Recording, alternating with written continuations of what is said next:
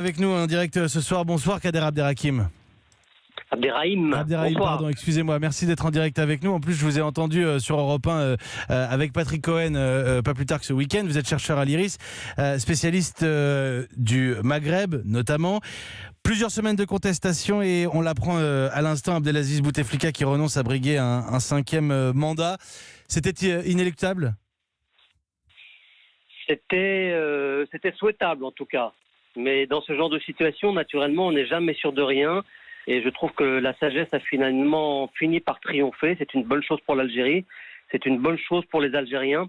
Et ça permet d'entrevoir des perspectives un peu plus optimistes que si Abdelaziz Bouteflika s'était maintenu. Alors une contestation de plusieurs semaines qu'on a soulignée comme pacifique, c'était important. Et Abdelaziz Bouteflika qui renonce. Cela dit, tout en saluant le pacifisme des manifestants, on avait aussi bien souligné le fait qu'il y avait un problème d'alternative. Est-ce que c'est pour cela qu'Abdelaziz Bouteflika reporte, sans donner de date, l'élection présidentielle algérienne ? Ça permet, en tout cas, alors on n'a pas beaucoup d'informations à cette heure, mais ça permet en tout cas de préparer une véritable transition. Et je pense que c'est ça le plus important. Ce qui est très important aujourd'hui, c'est pas simplement le retrait d'un homme qui de toute façon n'était plus aujourd'hui en capacité d'assumer les charges de sa fonction. Ce qui est important pour l'Algérie, c'est d'entrer dans un processus. D'abord dans un processus de transition politique et puis, on l'espère évidemment, dans un processus de transition démocratique. Et je crois que c'est surtout cela qu'il faut voir et c'est surtout cela qu'il faut aujourd'hui, auquel il faut être très attentif.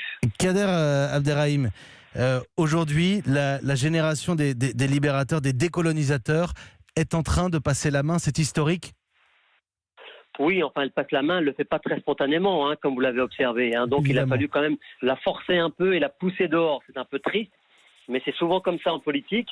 Donc oui, c'est une page de l'histoire qui se tourne. Je dirais, pour résumer, que l'Algérie a vécu son indépendance en 1962. Aujourd'hui, elle est probablement en train de vivre sa libération. C'est la libération de tout un peuple et des structures de son État. Après l'indépendance, la libération, Kader Abderrahim, encore un mot d'après ce que dit l'agence officielle APS. La présidentielle aura lieu, je cite, dans le prolongement d'une conférence nationale chargée de réformer le système politique, d'élaborer un projet de constitution d'ici à fin 2019. Oui, c'est ce qui était à peu près envisagé. C'est ce que suggérait Abdelaziz Bouteflika dans la lettre qu'il a envoyée aux Algériens la semaine dernière lorsqu'il a annoncé sa candidature. Donc maintenant, on va voir comment les choses se mettent en œuvre, avec quels interlocuteurs et surtout quel calendrier on se fixe. Parce que là, il faut être précis. Il ne faudrait pas qu'à nouveau le régime reprenne la main et puisse chercher à gagner du temps ou à jouer un nouveau pourrissement. Donc là, je pense que les choses se décantent. Il y a des perspectives plutôt encourageantes et il faut poursuivre sur ce chemin. Merci beaucoup Kader Abderrahim, merci d'avoir répondu à nos questions en direct à chaud comme ça puisque nous l'apprenons à l'instant.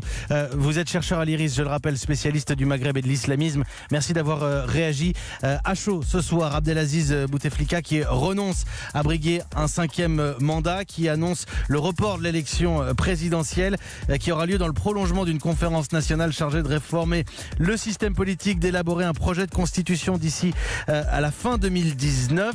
Après la décolonisation, la libération, nous disait Kader Abderrahim à l'instant. Et nous partons pour l'Algérie en direct avec notre correspondant Nour Chahine. Bonsoir Nour Chahine.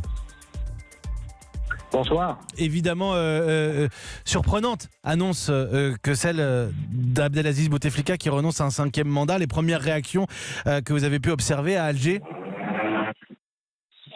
Écoutez, pour l'instant, ça reste calme. L'information, je pense, elle commence à peine à se diffuser. Il faut savoir que le temps que les médias diffusent largement l'information et que ça passe un peu au niveau, surtout à travers les chaînes que regardent les Algériens d'habitude, ça prendra encore quelques heures. Mais ce n'est pas sûr qu'il y ait une réaction aujourd'hui parce que ça reste assez confus.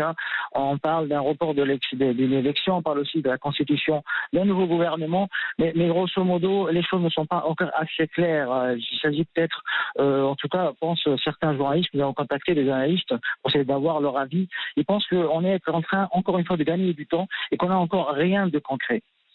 Merci beaucoup Nour Chahine. Première réaction, évidemment vous suivrez dans nos éditions 19h dans quelques toutes petites minutes Marion Calais et puis dans toutes nos éditions tout au long de la soirée avec Isabelle Millet. Étonnante annonce surprenante.